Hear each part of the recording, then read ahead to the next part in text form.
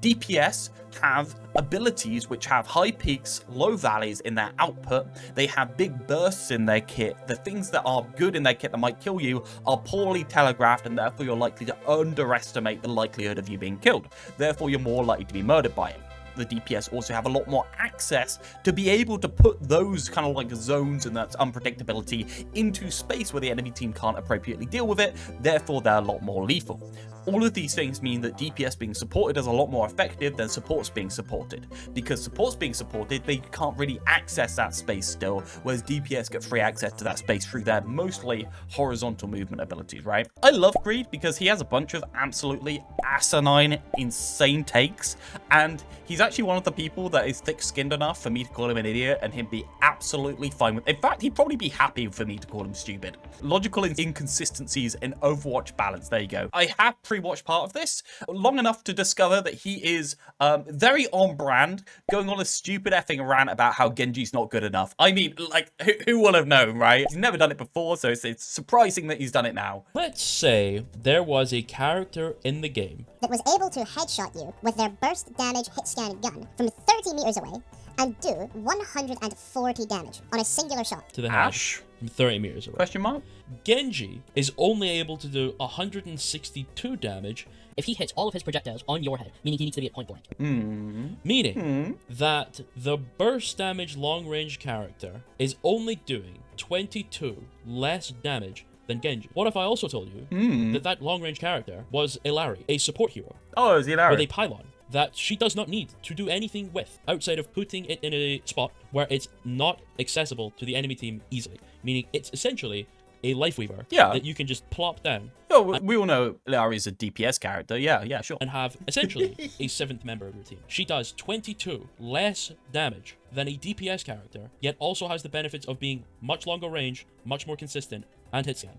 What if I also told you that's not the most egregious example? Isn't Ilari's damage 20 to 40 meter drop off? Can someone fact check this guy? What is Ilari's fall off drop off? What if I told you there was It's 30 meters. I don't think that's true. I think it's 20 to 40, isn't it? another character I might just wrong that about was this. long range, burst damage, and hit scan, and hits you for 150 damage to the head. 30 to 50 sounds a long range. Longer than cast? 20 seems wrong. Only 12 less damage than Maybe Genji. I'm wrong. And yet they can also shoot you from 30 meters away. Well, that would be Ash. Now, what if I It's 30 to 50? Man, I'm wrong. also said that a character in doubt, the no game doubt. was able to output 92.05 damage per second? Right? Not a bad number.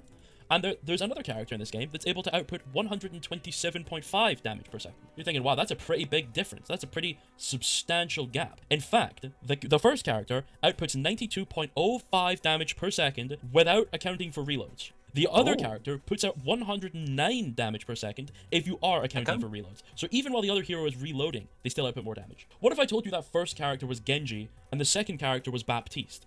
The character with a non-cooldown hypermobility ability that launches you into the air, Baptiste is just a big boy, though, isn't he? getting you away from any short-range character in the game, and it also requires absolutely no thought process because it has no cooldown, meaning you don't actually have to use it intelligently. You can just use it whenever you want.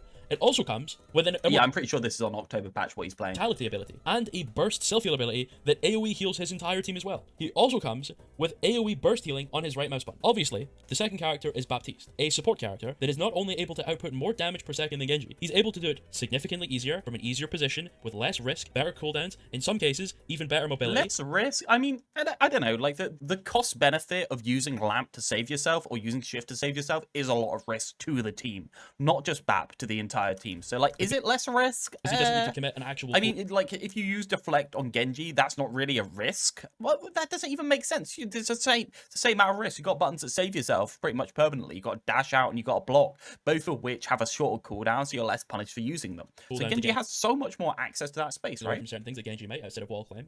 And yet, here we sit and say that, apparently speaking... Is this another one of the greed rants that only applies to the top 5 people? I think he's wrong regardless, and I think he's talking to more ranks than that. devs actually think about the balance changes that they put in the game, or that they test any of the changes they put in the game. Now, obviously, you can put any character up to this level of scrutiny and realize that either Blizzard has favorites, like people thought they did, or they're just so incompetent they don't actually realize the problem with their game. I think it doesn't matter what the numbers are, right, Zenzo? Like, this is the argument that Blizzard doesn't think about the numbers, or does like just balances without thinking about what's going into the game, right? That's kind of the argument in terms of the numbers. We know what the argument is. The argument is that support and DPS numbers are wildly off, and supports are doing too much damage / have too much dueling potential, right? Honestly, I don't believe they test anything at all, because I don't know how you can have it so that a Genji standing directly on top of you, point blank, is able to right-click you in the head with all 3 shurikens for 162 damage, and yet Ashe can casually throw a dynamite that she can shoot from across the map that will pop for 150 damage in a giant AoE explosion, thus dealing 150 damage to everyone within that AoE. Ashe does not have access to the space in order to put the damage down. She has to get that space, and the space is hard for her to get. So she's very limited on what angles she can dynamite. Genji has an infinite amount of access to space due to the fact that he has a block and a dash, and he can easily get out of that space if he's challenged in that space. And then, once he's in that space, he can project an effective 100 damage aura onto everyone in that space if he just decides to dash and right-click melee them. That's Genji's power, right? The ability to finish kills is Genji's power. Okay, so the difference between DPS and supports, I talked to Spilo about it. Difference between DPS and supports is pretty simple. DPS have abilities which have high peaks, low valleys in their output. They have big bursts in their kit. The things that are good in their kit that might kill you are poorly telegraphed, and therefore you're likely to underestimate the likelihood of you being killed. Therefore, you're more likely to be murdered by it. The DPS also have a lot more access to be able to put those kind of like zones and that unpredictability into space where the enemy team can't appropriately deal with it. Therefore, they're a lot more lethal. All of these things mean that DPS being supported is a lot more effective than supports being supported. Because supports being supported, they can't really access that space still, whereas DPS get free access to that space through their mostly horizontal movement abilities, right? That is 12 less that's the damage argument. than my point blank right mouse button with spread. But you've got a superpower, which is your minus 100 effective health from everyone in the lobby if you're within range, and it's easy to get in within range. Like, that's Genji's superpower. It's the ability to just have everyone effectively have 100 less health. Do you see what I'm saying with this? The inconsistency in damage values in this game is unbelievable, right? But the bizarre part is, imagine a scenario where Genji did more damage, right? People would lose their fucking minds. They would lose it. Yes, because Genji has infinite access to space, and it feels really bad to have a Genji having access to space where you can't deal with him, somebody else has to deal with him, and he can always win that duel on you from that space. Like, the fact that you can always get into an area with Genji means that Genji is quite oppressive. That's just what it is. And the fact that Genji's quite vertical, nobody likes looking up, let's be honest, Genji's oppressive. He always has been oppressive. I know, like you say, like, it might require work. It does require work. Dynamite is on cooldown, Genji's right click is not. Yeah, the comparison is Dynamite to dash, right? If we're gonna compare anything, Dynamite to dash every single time. Like, Dynamite requires you to have really good space and fight really strong for that space in order for it to be really effective into the enemy team. And it doesn't really even finish kills. For the most part, it's just spam. Then Genji has dash, which guarantees kills on pretty much anyone in the range. I'd rather have dash on pretty much any character. Oh, this character's OP. Oh, he's so silly. He's brain dead. Oh, the Genji's dashing on top of me. I don't know what to do. Oh, this character's so dumb. But guys, it's completely fine when the Ashe can casually plink off literally more than half of your health bar in a single shot from 30 meters away with her hit scan gun, while she has an easier position requirement than the majority of the heroes in the game, because all she has to do is stand at a slight aggressive off angle in LOS. A slight aggressive off angle? I mean, you got to fight for that off angle, right? Like, what do you mean slight aggressive off angle? Do you mean like 10%? Do you mean like gas station on Route 66? Is that what we're talking about? That's a slight aggressive off angle. I think anywhere but main on Route 66 is hard for Ashe to get into. Does anyone disagree? Like, standing off of gas station, unless you're on right side, which is less effective, that's pretty hard for you to actually access in terms of any interesting new space. So it's pretty clear where you are, therefore people fight to get you off by sending the tanks onto gas station. I mean, like, we all kind of know how the video game works. It's not like Ashe just gets to stand on left side with a smaller health pack and just sit there and be absolutely fine. She'd die instantly. She'd blow up immediately. So, like, I think he's massively understating fighting for the angle there. Support, and she can shoot people continuously with her hit scan gun. But it's okay she's able to output that level of damage, but it's not okay when other characters are able to output that level of damage, such as Genji or other heroes, because that would be overpowered. Let's look at some other problematic heroes that Blizzard doesn't really feel like changing for some bizarre reason. What if I told you there was a character in the game? I understand your appreciation of Illari, but at the same time, I view her as a less interesting Zen with a less interesting gun with an infinitely less interesting Harmony Orb. Yeah, I understand your statement there.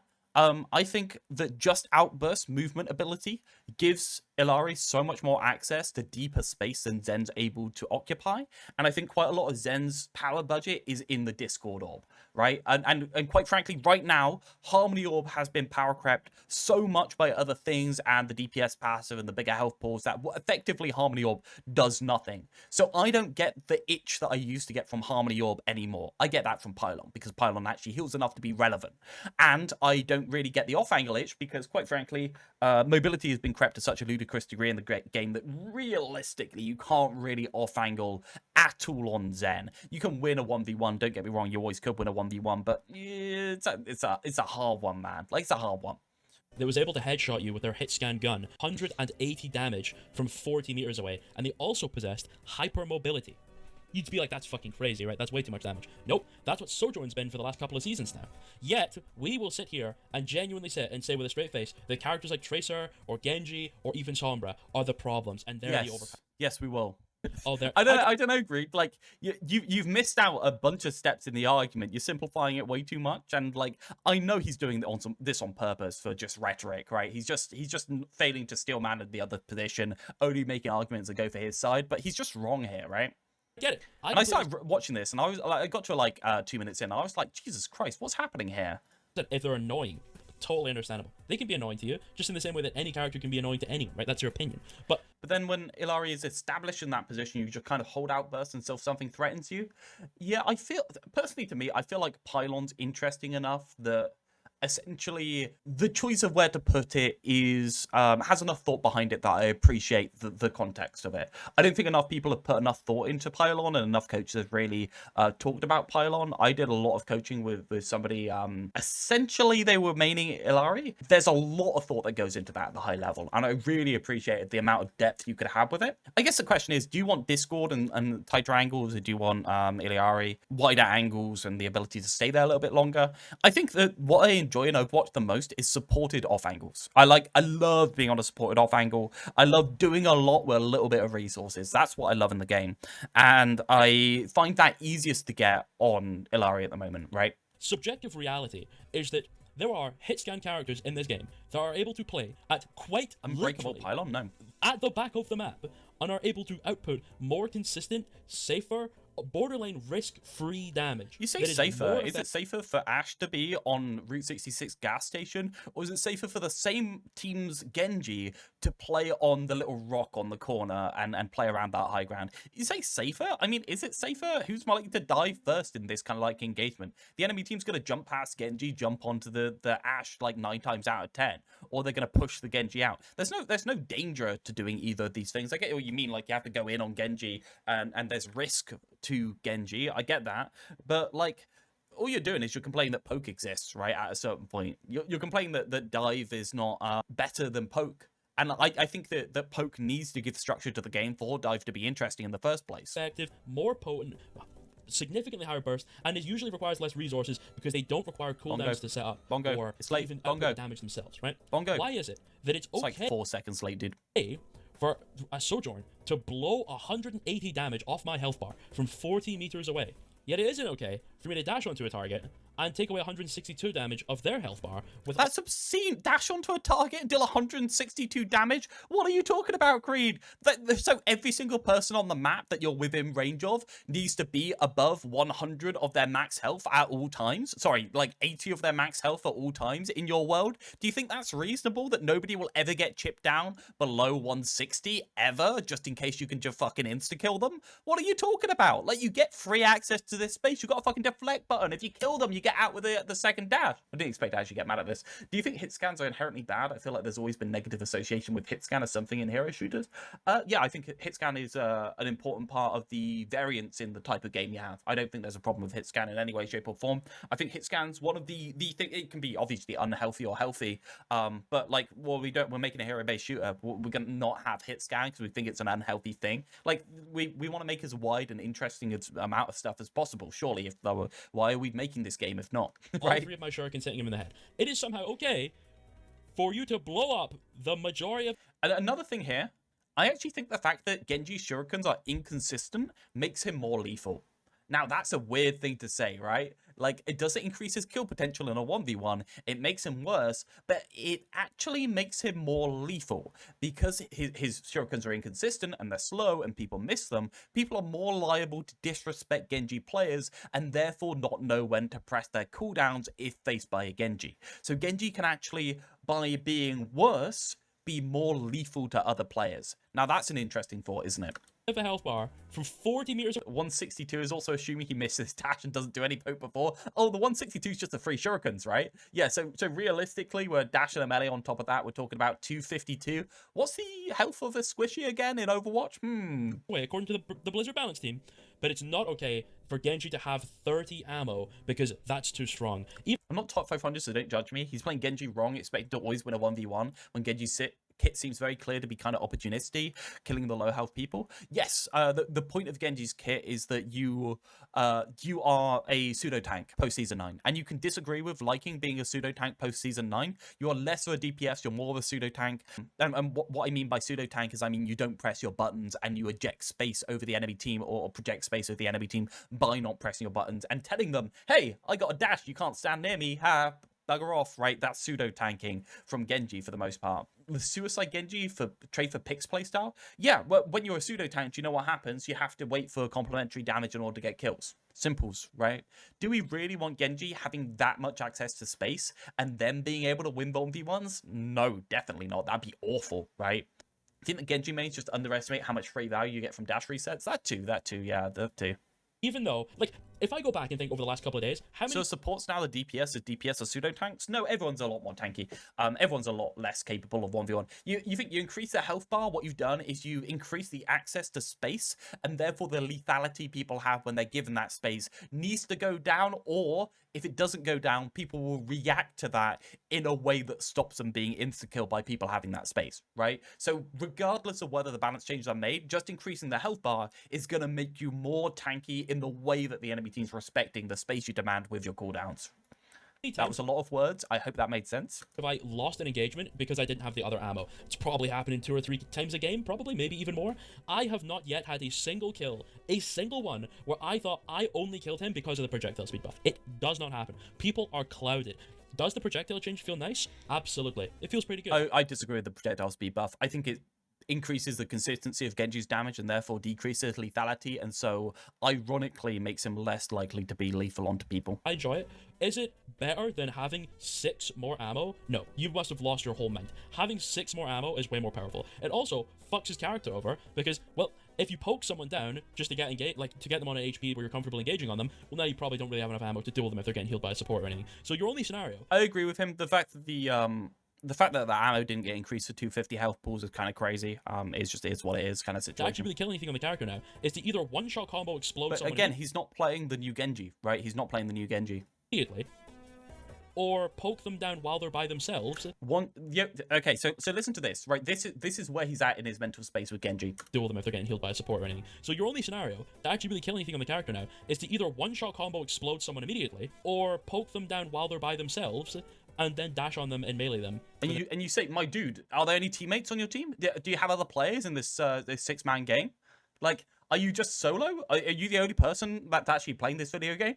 I know your team's AFKing, but still, like, come on. Like, what are we doing? We're playing a team-based game, right? And then 80 damage. So basically, you either have to get into an extremely niche scenario where someone is completely by themselves without any cooldowns to help themselves or get away or whatever, and for you to poke them down low enough for you to engage on top of them, or you explode someone with the one-shot combo, right? I agree with his, like, exploding somebody. He's kind of right about being pissed off at this. I think there's been a lot of creep of peeling abilities in the game, especially in 6v6, due to the fact that the cooldowns keep being increased, so the cooldowns keep being saved to peel instead of doing other things. I think that, like, characters like Brig have too much peel now in an unhealthy way, especially with the perks. I think that quite a lot of creep in the game goes towards denial, and I don't think that's a good thing. So he's saying, like, you insta-kill them or you don't do shit. Fair enough. Like, he's right about that. But that's, like... You can say, like, I hate Season 9, I hate 30% DPS passive because it means I can only do things in a big burst. I get that, but really, like, you can't have a full conversation about Genji and not even talk about the rest of your team. It's just insane. Which does 2 more damage than is required to kill a 250 HP target. So if they receive a single tick of healing from any healing ability in the entire game, they survive the combo, which is Really cool. However, it's okay for the burst damage hit scan character to hit you for 150 damage. It is, yes. That is true. That is true, Greed. It is true. That's away, fine. because Ashe is fine. It's also okay she's able to output her 150 damage AoE explosion that gives her a shitload ult charge, and that's also completely fine. It's just, I don't get it. Either it's player inconsistency or it's balance inconsistency. No, I mean, Ashe has more ult, like, points to charge her ult on purpose, right? Like, it has been balanced. Ashe gets it less often. She has to do the dynamite farming in order to get it, and therefore she feeds the enemy supports more ult charge by doing that. So she's actually on a net negative in terms of the amount of ults if she's continuously farming compared to the enemy team, for instance, charging Kitsune. She actually feeds more Kitsune charge than she generates in terms of Bob charge. Genji doesn't. Genji actually has a net positive there. Genji gets more blades per nano. So that's a big advantage Genji has in that trade. Like, you say it also generates loads of ult. It just doesn't make sense, man. It just doesn't make sense. And it's usually both. Because I get it if your argument is that I don't... It'd be more fair if Coach Gun was ever so slightly weaker. Yeah, one of the problems I have with Design Sourfish, and it's the same with Illari, rooting yourself in a position with a poking character and then getting your cooldown to get to that position back. I think tying the movement to the boop is problematic in my mind. I do think that the Coach Gun and Outburst have the same problem, and the same problem is that if I have enough time to get to my high ground, then regen it, then I'm really rooted in that high ground, but then I really struggle to take that high ground aggressively or in a speedy manner. So it really lends yourself a bit more towards defensive opportunities, right? Because you're not going to use it you're not going to outburst yourself to high ground if the enemy team have a diva on their team, right? We're not going to do that because we need to regen it in order to be safe for that diva. So yeah. Don't like it because I personally don't enjoy playing against it, and it's annoying. That's totally fine. You don't have to enjoy playing against everything. However, I don't think it's invalid design. I don't think it's invalid. I even think it's a bit problematic, right? That you would have some level of logical consistency, right? If you're not okay with a Genji putting that much damage, why is it okay that Torb has 400 HP and armor and moves faster than you and is much easier and his cooldowns are easier to use and his projectiles are massive and they do more damage? Why is that okay? Why is it not okay? Oh, well, Torbs are kind of like Blizzard don't know what they're doing with the character, so they just keep buffing him in different ways to see, maybe this time he'll see play. They're just like, they're there with a hammer going, donk, donk, donk, donk, maybe this time, donk, donk, donk, it doesn't work, maybe this time, every single time. Like, there's no logic to the Torbjorn. I don't think that's the one we're using as a comparison, to be honest, if we're being honest with ourselves. For Genji, much higher scale, much riskier character to be able to kill you, but it's totally... You keep saying risky. Like, what's risky? Like, I admit, like, Torbjorn has loads of buttons, right? He has a shitload more armor he can put on himself. Don't get me wrong, that's low risk. But in order to do anything on Torbjorn, you're going to have to take a deeper angle, and therefore it's reasonably high risk, because you should be using all of the space that cooldown gives you in order to go deeper and deeper into the enemy team. Right, like if you go on an angle, you should be going deeper because you have that button. If you aren't going deeper because you have that button, you are not taking the full amount of the character's value. You can run around with 400 HP, or a Sojourn can hit you for 180 damage from across the map 40 meters away, or an Ashe can hit you for 150 damage from across the mirror, or from 30 meters away. Because Torb has no mobility, projectile drop, a lot of power in a turret that gets destroyed in 2 seconds. A perk that's pretty useless because I'm not standing near my tank when he's in the Stalingrad situation. Yes, there's a load of reasons. I just think just using Torb in general is a little bit, it's not dishonest, it's just like, why? Why is this what we're using? Use Cassidy, okay? Like, use Cassidy. Away, right? I think that's the same argument, right? How it is okay for McCree to just hinder you and blow you up with Fan the Hammer. There we go. Why are those things okay? But Genji is. Oh, it's absolutely fine for Cassidy to blow you up with Fan the Hammer. Do you know why? Because you shouldn't be dueling him in the first place if he got full health and Fan the Hammer. Because he should win that duel against you. Do you know what it is? It's a thing purposely put into the game to stop Dive running over everyone when there's more than one Dive character. Right? Dive is meant to be opportunistic. It's meant to play off of other characters. It's meant to play off of poke damage and poke angles. It's meant to play off of support abilities. It's not meant to run at a Cassidy and win a 1v1 and be like, what am I supposed to do? He's got to find the hammer. It's easy to use. Yeah, it's easy to use. It's easy to use on purpose. That's the point. All of this, like, he's saying all these things, and I'm like, yeah, we did that for a reason. You remember the design arc? Yeah, we did that. Yeah, it was a purposeful. Why is Genji always the center of people's complaints in this game, and not the shit that's actually... Because he's fucking annoying, man. I can't be... I get home from a long day at work, right?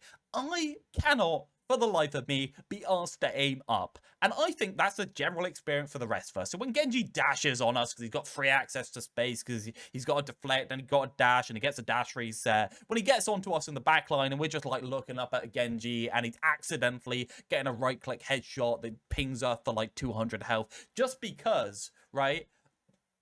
then I get pissed off because Genji's horribly annoying to play against because he forces you to do different things than the rest of the team. It feels oppressive to play against Genji. Like that's the point. Everyone agree with this. If you don't agree with this, you are living under a rock.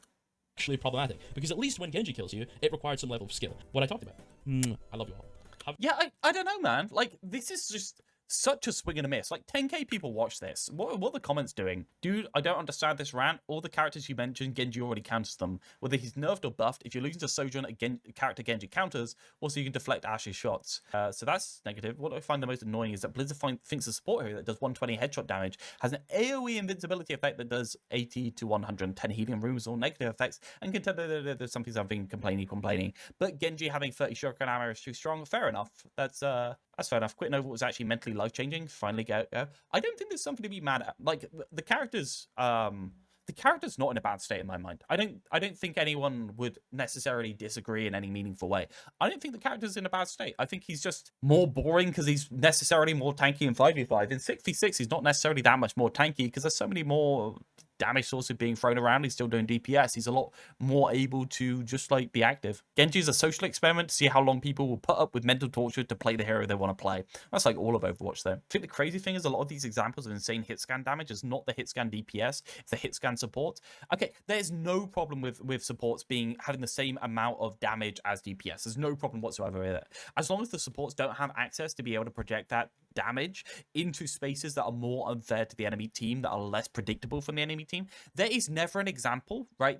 So key here, there is never an example. You saw me abusing Illari the last couple of games, right? I abused her a little bit. I went on a deep off angle, I lamped myself in, and I just abused people coming at me. There is never a time where that happens in a unfair or unexpected way. It can be awkward to push out, don't get me wrong, but like it's not like, well, they just turned up and insta-killed me like an Ash would do on that angle. It's like, well, they had to click me 4 times to do it. And sure, they have more access to that. Like, they have access to that space and it's annoying to get me out. But they got to click me a lot of times to actually be able to do anything to me. It's pretty predictable. Doesn't mean it's good? No, what do you mean doesn't mean it's good? I mean, it means it's fine. It means it's not overpowered in comparison to DPS having the same amount of numbers. Got a player of the game as Genji, having 30 minutes playtime on him.